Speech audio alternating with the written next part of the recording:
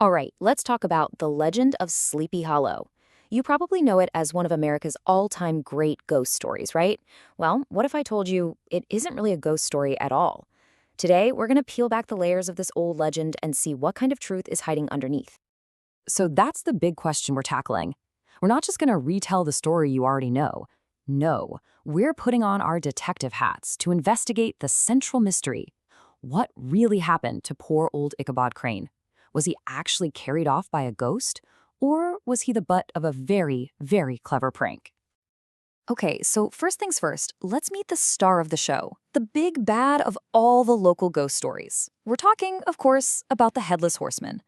The legend says he's the ghost of a Hessian soldier who, get this, lost his head to a cannonball during the Revolutionary War. And now? Well, now he gallops through the valley every single night, searching for it.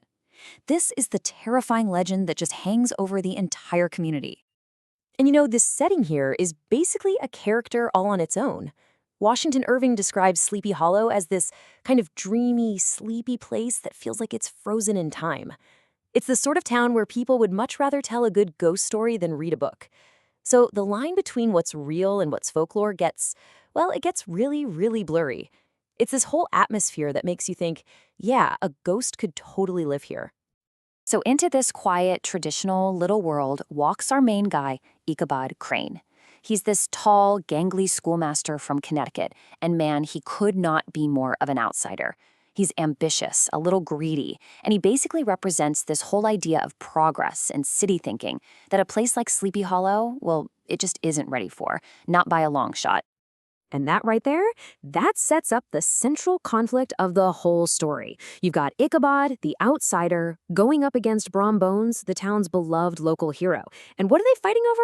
The hand of the very wealthy Katrina Van Tassel. But this is so much more than a simple love triangle. It's a clash of two completely different worlds. It's Ichabod's ambition versus Brom's laid-back attitude. It's book smarts versus street smarts. It's literally progress versus tradition, all in one big showdown. But here's Ichabod's biggest problem, his fatal flaw, and it's one that's just perfectly suited for a place like Sleepy Hollow.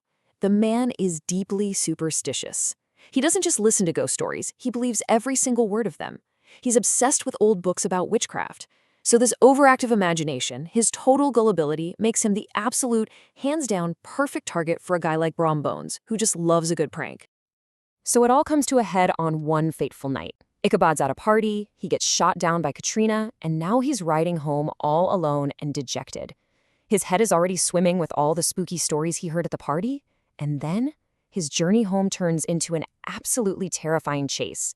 He's being pursued by a headless rider, and it all ends when the rider hurls his head right at him, knocking him clean off his horse. And the next morning, poof, Ichabod Crane has vanished.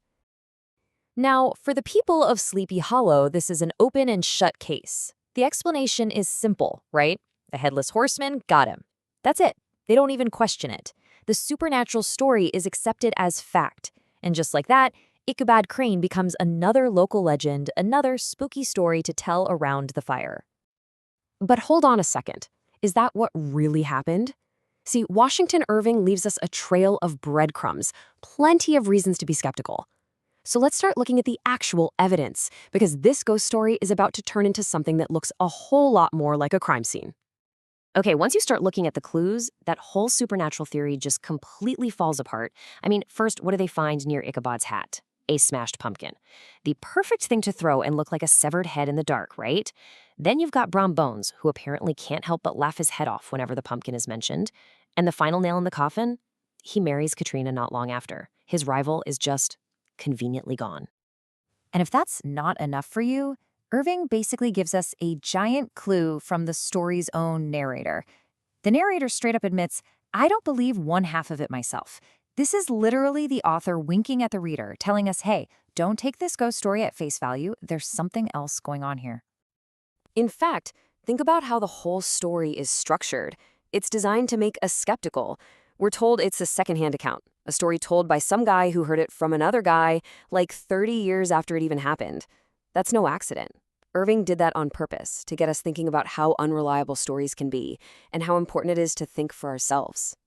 So, if it wasn't a ghost, what was this all about?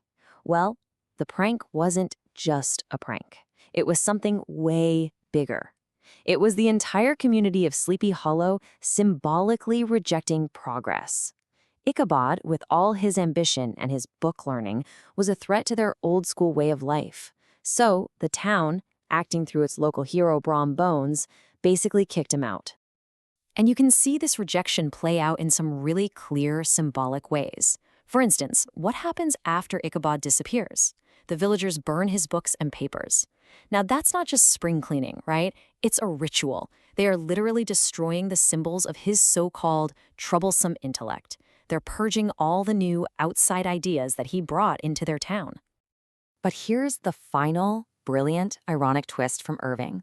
While everyone back in Sleepy Hollow thinks Ichabod was carried off by a ghost, the narrator tells us there's a rumor he's actually alive and well. In fact, he supposedly became a successful lawyer and politician somewhere else. And the irony is just perfect. The very things that made him an outcast in that little town, his ambition, his kind of pushy nature, are exactly what let him succeed in the bigger world of progress. So in the end, the reason the legend of Sleepy Hollow is still so famous isn't just because it's a spooky story. It's because it's so much more than that. It's this incredible look at the clash between tradition and progress, between what's real and what we just choose to believe. And it leaves all of us with a really powerful question that's still relevant today. In a world that is just full of stories, how do we decide which ones to believe, and maybe more importantly, why?